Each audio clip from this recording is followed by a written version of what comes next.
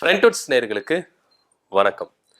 கரூர்ல பாதிக்கப்பட்ட குடும்பங்களை பனையூர்ல வச்சு சந்திக்க போறார் விஜய் அப்படின்னு செய்தி கேட்டோன்னையும் தமிழக வெற்றி கழகத்துல எல்லாருமே கை கால் புரியாம வேலை செய்ய ஆரம்பிச்சிட்டாங்க. 41 பேர் உயிரிழந்த குடும்பத்தை நேரடியா தான் போய் சந்திக்கணும் அப்படின்னு விஜய் அவர்கள் ஒரு பிளான் போட்டிருந்தார். அதுவும் கரூர்லயே போயிட்டு சந்திக்கணும் அப்படின்னு எந்த இடத்துல சம்பவம் நடந்ததோ அதே இடத்துல வச்சு சந்திக்கணும் அப்படின்னு சொல்லியிருந்தாரு. இந்த பிளான் கடைசியில கைவிடப்பட்டது. ஏன்னா அங்க இருக்கிற ஹோட்டல் உரிமையாளர்களோ இல்ல மண்டப உரிமையாளர்களோ யாருமே விஜய்க்கு இடம் கொடுக்கறதுக்கு தயாரா இல்ல. திரும்பவும் நம்முடைய மண்டபம் நாஸ்தி ஆயிருச்சுன்னா, ஏன்னா தமிழக வெற்றி கழகத்தின் தொண்டர்களும் சரி விஜயோட ரசிகர்களும் சரி அங்க வந்து எதனா ஒரு சேதத்தை ஏற்படுத்தணும் அப்படின்ற ஒரு குறிக்கோளாவே இருக்கிறாங்க. நீங்க விஜய் அவர்கள் மக்களை சந்திக்கணும் அப்படின்ற பிரச்சாரத்தை மேற்கொண்டார்ல, அந்த பிரச்சாரத்துல நடந்தத கரூர் வரைக்கும் நீங்க எடுத்துட்டீங்கன்னா பல சேதாரங்களை உண்டாக்கி இருக்கிறாங்க. ஏன்னா சொத்து வந்து அவங்க சொத்து கிடையாது, இடம் வந்து அவங்க இடம் கிடையாது. அடுத்தவங்க விட்டு தானே எப்படி போனா நமக்கு விஜய பார்க்கணும். இந்த ரேஞ்சில தான் தமிழக வெற்றி கழகத்தின் தொண்டர்களும் சரி விஜயோட ரசிகர்களும் சரி இந்த மனப்பான்மையோட தான் இருக்காங்க. செத்தா என்ன, சொத்து போனா என்ன, இடம் நாஸ்தியா போனா என்ன, அடுத்தவன் சொத்து தானே போகுது, நம்ம சொத்தா போகுது அப்படின்ற ரேஞ்சில தான் பார்த்துருந்தாங்க. இவ்வளவு ஏன் மதுரை மாநாட்டுல கொடி கம்பம் நடுறன்னு சொல்லிட்டு ஒருத்தர் காரு மேல கம்பம் விழுந்தது. அப்ப ஒரு கதறி எழுதாரு. ஏன்னா அது அவர் சொத்து. என்னதான் நிர்வாகியா இருந்தாலும் விஜய்க்காக இந்த கொடி கம்பம் விழுந்து போச்சு, விஜய்க்காக காரை வந்து ஜிச்சனமா என்ற அப்படின்லாம் பண்ணவே இல்லை. ஏன்னா கதறி எழுதாரு. ஏன்னா அவருடைய சொத்து, அவனுக்கு தான் அந்த சொத்துடைய வலியும் தெரியும் வேதனையும் தெரியும். ஏன்னா விஜயோட தொண்டர்கள் அவங்க மனநிலைமை என்ன இருக்கு அப்படின்னா, விஜயை பார்த்தா மட்டும் போதும், அடுத்தவன் சொத்து எக்கெடுக்கிட்டு போனா எனக்கு என்ன அப்படின்ற ரேஞ்சில தான் அவங்க சுத்தின்னு இருந்தாங்க. சோ இதெல்லாம் கணக்குல வச்சுதான் கரூர்ல 41 பேர் குடும்பத்தை சந்திக்க போறேன் அப்படின்னு சொன்ன விஜய் யாருமே இடத்தை கொடுக்கறதுக்கு முன் வரவே இல்லை. இதனால ஃபெயிலியரான போன விஜய் வந்து என்ன பண்ணிட்டாரு, கரூர் மக்களை சந்திக்கிறது வந்து தள்ளி போடுறேன் அப்படின்னு சொல்லியிருந்தாரு. ஆனா சில தினங்கள் முன்பு என்ன சொன்னாரு அப்படின்னு பாத்தீங்கன்னா, பாதிக்கப்பட்ட குடும்பத்தை நான் சென்னைக்கு வர வச்சு ஒரு ரெசார்ட்ல அவங்களை என்ன பண்ண போறேன், தனித்தனியா சந்திக்க போறேன் அப்படின்ற ஒரு அனௌன்ஸ்மெண்ட் கொடுத்தாரு. இப்ப சிக்கல் என்ன அப்படின்னு பாத்தீங்கன்னா, பலவிதமான சிக்கல் இங்க இருக்குது. முதல் சிக்கல் என்ன அப்படின்னு பாத்தீங்கன்னா, பாதிக்கப்பட்ட குடும்பத்துல இருந்து என்ன சொல்றாங்க அப்படின்னா, நாங்க ஏங்க போய் விஜயை சந்திக்கணும், விஜய்க்கு எங்களை சந்திக்கிறதுனால அவருக்கு ஆதாயம் இருந்ததுன்னா அவருதான் எங்களை வந்து சந்திக்கணும், நாங்க போய் விஜயை சந்திக்கணும் எங்களுக்கு அவசியம் இல்லை. ஏற்கனவே சிபிஐ வழக்கு, கரூர் வழக்கு சிபிஐக்கு போகணும் அப்படின்னு சொல்லிட்டு ஏமாத்தி 2-3 பேர்களை கையெழுத்து வாங்கி அப்பீல் பண்ணாங்க உச்ச நீதிமன்றத்துல. அதுக்கப்புறம் எங்களை ஏமாத்தி கையெழுத்து வாங்கிட்டாங்க அப்படின்ற மாதிரி அவங்கள அப்ரூவல் ஆயிட்டாங்க. இப்போ இங்க இருக்கிற மக்கள் ரொம்ப தெளிவா இருக்கிறாங்க. குறைஞ்சபட்ச ஒரு இரக்கம் கூட விஜய் அவர்களுக்கு இல்ல, குறைஞ்சபட்ச ஒரு மனிதாபிமானம் கூட விஜய்க்கு இல்ல. 41 பேர் அவரால் இறந்திருக்கிறாங்க, அந்த ஒரு குற்ற உணர்ச்சி கூட அவருக்கு இல்லாம அவர் இறங்கி வரமாட்டாராம். ஆனா அவரை தேடி இவங்க போனோமா, இதுல என்ன ஒரு நியாயம் இருக்கு? நீங்களே வந்து நியாயத்தை சொல்லுங்க. பாதிக்கப்பட்ட குடும்பத்தை இறங்கி போய் சந்திக்கிறது தான் ஒரு தலைவருக்கு அழகு. ஆனா இங்க பாதிக்கப்பட்டவங்க தலைவரை தேடி வரணுமா, என்ன ஒரு விஷயம்? இதனால பாதி பேர் என்ன பண்றாங்க, நாங்க விஜய் சந்திக்கிறதுக்கு வரல அப்படின்னு சொல்றாங்க. ஒரு சிலர் என்ன சொல்றாங்கன்னா, ஏங்க நாங்க 30வது நாள் வந்து என்ன பண்ணோம், நினைவு நாள் அனுசரிக்கணும், அதனால நாங்க அந்த தேதியில வர முடியாது அப்படின்னு ஒரு சிலர் என்ன பண்றாங்க, சந்திக்கிறதுக்கு மறுப்பு தெரிவிச்சிட்டாங்க. இப்ப இந்த கூட்டம் நடக்குமா நடக்காதா அப்படின்னு சிந்திச்சு கொண்டிருக்கும் போது, எப்பா யாரெல்லாம் சந்திக்க வரீங்களோ அவங்களை அல்லேக்கா தூக்குங்கப்பா பஸ்ல. இதுக்காகவே ஒரு பிரத்யேகமான ஒரு பஸ், பிரைவேட் பஸ் உருவாக்கி அந்த பஸ்ல என்ன பண்றாங்க, அவங்கள கூட்டிட்டு வராங்க, வந்துட்டு இருக்காங்க. அநேகமா நேரம் வந்துட்டு இருப்பாங்கன்னு நினைக்கிறேன். அவங்கள வந்து என்ன பண்றாங்க, விஜய் தனியா சந்திக்கிறாரு. இதுல என்ன ஒரு பெரிய மைனஸ் அப்படின்னு பாத்தீங்கன்னா, 27ஆம் தேதி மோந்தா புயல் அப்படின்ற ஒரு புயல் வந்து சென்னைக்கு ஒரு பெரும் பாதிப்பை ஏற்படுத்தும் அப்படின்னு சொல்லி இருக்கிறாங்க. சோ அந்த டைம்ல தான் இவர் இந்த சந்திப்பு வச்சிருக்காரு. இந்த சந்திப்பு நடக்குமா நடக்காதான்றதுக்கு இது ஒரு பெரிய மைனஸாவே இருக்கு. இப்ப என்ன அப்படின்னா, விஜய் அவர்களுக்கு தேர்தல் நெருங்குற டைம்ல கரூர் சம்பவம் ரொம்ப பெரிய அடியை கொடுத்துருச்சு. உங்க விட்டு எங்க விட்டு அடியில பயங்கரமான அடி விஜய் அவர்களுக்கு.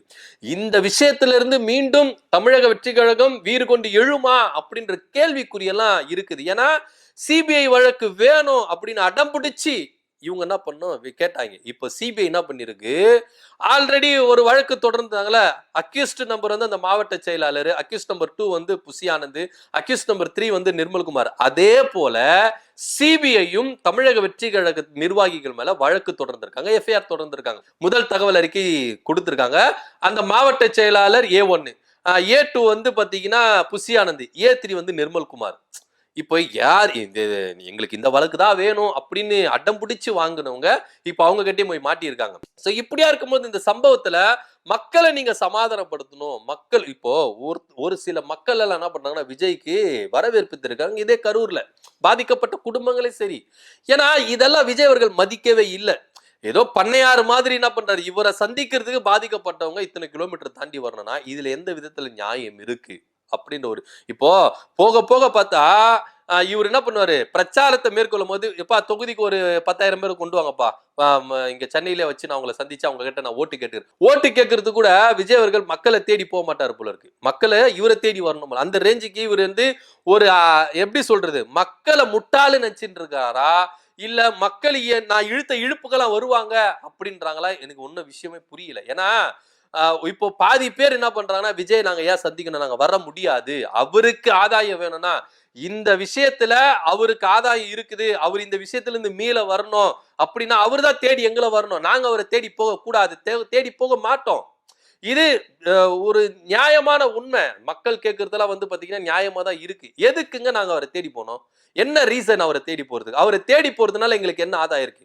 அவருக்கு வேணா ஆதாயம் இருக்கலாம். ஏன்னா எலெக்ஷன் நெருங்குது, இந்த இவ்வளவு பெரிய இக்கட்டான சூழ்நிலை மாட்டின்னு இருக்கோம், இவ்வளவு பெரிய தப்புல மாட்டின்னு இருக்கோம், இதுல இருந்து நம்ம வெளியே வரணும்னா நம்ம தான் மக்களை தேடி போகணும், பாதிக்கப்பட்ட குடும்பங்களை நம்ம தான் தேடி போகணும் அப்படின்ற ஒரு விஷயம் இருக்குல்ல.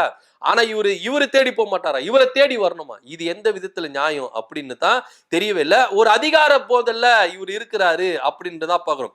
அதிகார போதை இவருக்கு இருக்கு. இவர் என்ன நினைச்சிட்டாருன்னா 41 குடும்பங்களும் நம்ம இழுத்த இழுப்புக்கு வரும். அப்படி இல்ல விஜய் அவர்களே, அப்படி இல்லவே இல்லை. 41 குடும்பங்கள்ல ஒரு சிலர் உங்களுக்கு ஆதரவா இருக்கலாம், உங்க கட்சியாளரா இருக்கலாம். அதனால உங்களுக்கு ஆதரவா இருக்கிறாங்க, ஒரு சிலர் ஆதரவா இருக்கிறாங்க அப்படின்னு நினைச்சிட்டு எல்லாருமே நீங்க இழுத்த இழுப்புகளா வரமாட்டாங்க. மக்களுக்குன்னு ஒரு உணர்வு இருக்கு.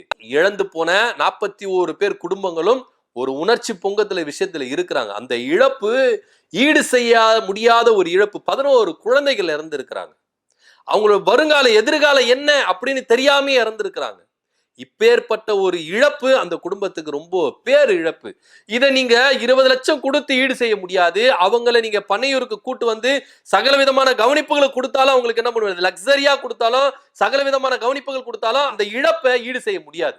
ஆனா விஜய் என்ன நினைச்சிட்டாரு, தப்பான கணக்கு போட்டுட்டாரா என்னன்னு தெரியல நம்மளுக்கு. ஆனா இன்னைக்கு பாதி குடும்பங்கள் விஜயை நாங்க சந்திக்க மாட்டோம், அவர் இழுத்த இழுப்புகளை நாங்க வரமாட்டோம், எதுக்கு நாங்க போய் சந்திக்கணும், என்ன ஆதாயம் இருக்கு, நாங்களாம் சந்திக்க முடியாது.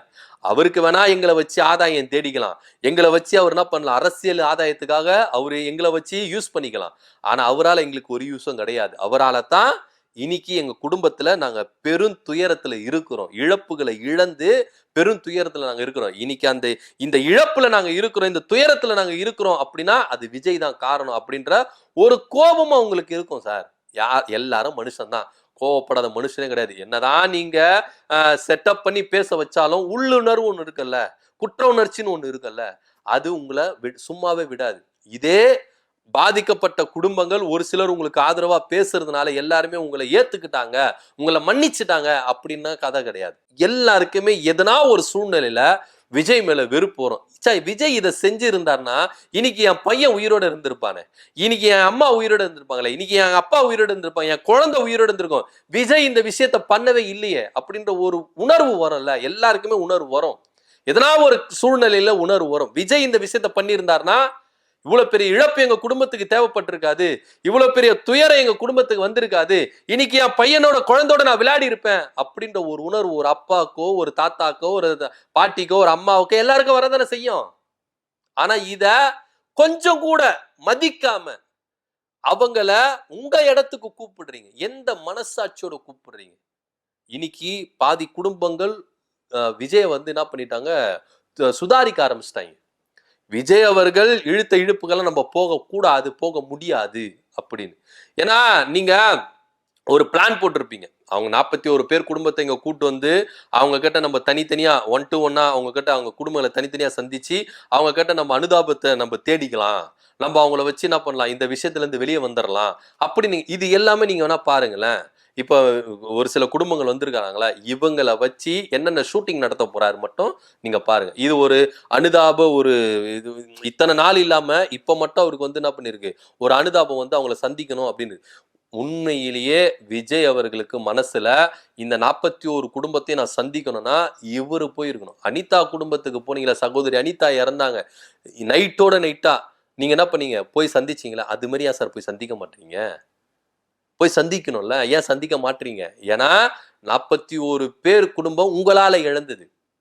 அனிதா அப்படி கிடையாது. நீட் தேர்வுனால அந்த சகோதரி அவங்க என்ன பண்ணாங்க, தவறிட்டாங்க. ஆனா இந்த 41 பேர் மிஸ்டேக் மிஸ்டர் விஜய், அவ்வளவுதான். அந்த 41 பேர் இழந்ததுக்கு காரணம் விஜய் அவர்கள். விஜய் அவர்கள் துரிதமா கொஞ்சம் சீக்கிரமா வந்திருந்தாங்கன்னா இந்த இழப்பு நடந்திருக்காது, இந்த பேச்சுகளை இருந்திருக்காது அப்படின்றது தான் நியாயமான உண்மை. இன்னைக்கு சிபிஐயே நீங்க யார வேண்டி விரும்பி தவம் கடந்து போராடி நீங்க வாங்குனீங்களோ, இன்னைக்கு அவங்களே உங்க மேல கேஸ் போட்டிருக்காங்க.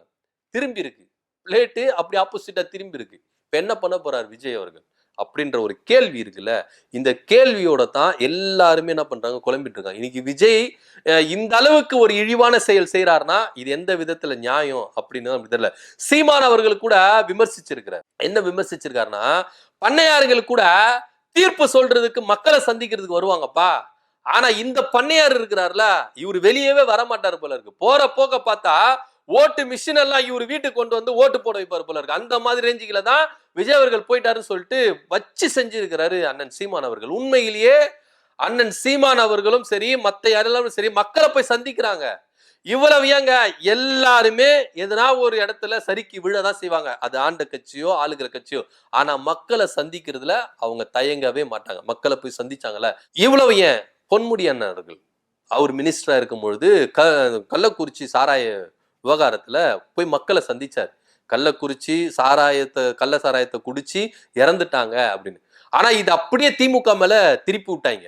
ஆனா இருந்தாலும் அண்ணன் பொன்முடி அவர்கள் மினிஸ்டரா இருக்கும் போது போய் பார்த்தாரு. அங்க சில அதிமுகவினர் பாஜகவினர் சேற்றை வாரி இறைத்தாங்க. பொதுமக்கள் இல்ல, பொதுமக்கள் அவர் மேல சேற்றவாரி இழைக்கவே இல்லை. இறந்த குடும்பங்கள் அவங்க என்ன பண்ணல, சேத்தவாரி இழக்கவே இல்லை. அந்த அதிமுக பாஜகவினர் சேற்றவாரி இறைத்தார்கள். ஆனா இருந்தாலும் மக்களை ஃபேஸ் பண்ணார், ஃபேஸ் டு ஃபேஸ் பண்ணார். நான் அவமானப்பட்டாலும் பரவாயில்ல, மக்களுடைய எதிர்ப்பு அவர் என்ன பண்ணாரு, ஃபேஸ் பண்ணார். ஆனா இன்னைக்கு விஜய் ஓடி ஒளிறாரு. 41 பேர் குடும்பம் உங்களால இன்னைக்கு அவதிப்படுது, பெரும் துயரத்துல இருக்கு. ஆனா இவரு தேடி போக மாட்டாரா, அவங்க தேடி வரணுமா? என்ன நியாயம், என்ன நீதினே தெரியல. இதுதான் தமிழக வெற்றி கழகம் புதுசா அரசியலை கொண்டு வராங்க போல இருக்கு. புது மாற்றத்தை கொண்டு வர, நான் புது மாற்றத்தை கொண்டு வருவேன், தமிழக வெற்றி கழகம் புதுசா அரசியல் செய்யும் அப்படின்னு. இதுதான் புதுசா அரசியல் செய்யறார் போல இருக்கு. பண்ணையார் மாரி பண்ணையூர்ல உக்காஞ்சுக்கிட்டு எல்லாரையும் என்ன பாருங்க, நான் உங்களை பார்க்க மாட்டேன் அப்படின்னு ஒரு அரசியல் செய்யறாரா, என்ன விஷயம் நம்மளுக்கு தெரியல, பொறுத்திருந்து பார்க்கலாம். ஆனா ஒரு சிலர் என்ன பண்ணிட்டாங்க, உஷாராயிட்டாங்க. பாதி பேர் தான் என்ன பண்றாங்க, கிளம்பி வந்துட்டு இருக்காங்க. மீதி பேர் என்ன பண்றாங்க, நாங்க வரமாட்டோம் அப்படின்னு சொல்றாங்க. ஒரு சிலர் நாங்க 30 நாள் கும்பிடணும், அதனால நாங்க வரமாட்டோம் அப்படின்னு சொல்றாங்க. என்ன நடக்க போகுது, இதை விஜய் அவர்கள் எப்படி ஃபேஸ் பண்ண போறாரு அப்படின்ற பொறுத்திருந்து பார்க்கலாம். பாதிக்கப்பட்ட குடும்பங்களை சென்னைக்கு கொண்டு வந்து பார்ப்பாரு விஜய் அப்படின்னு சொல்லப்பட்டாலும் இங்க அதுக்கும் ஒரு தடை வந்திருக்கு. ஏன்னா பாதி குடும்பங்கள் நாங்க விஜய் சந்திக்க மாட்டோம் அப்படின்னு எதிர்ப்பு தெரிவிச்சிருக்காங்க. இதை பத்தியோட கருத்து கமெண்ட் பண்ணுங்க. நன்றி, வணக்கம்.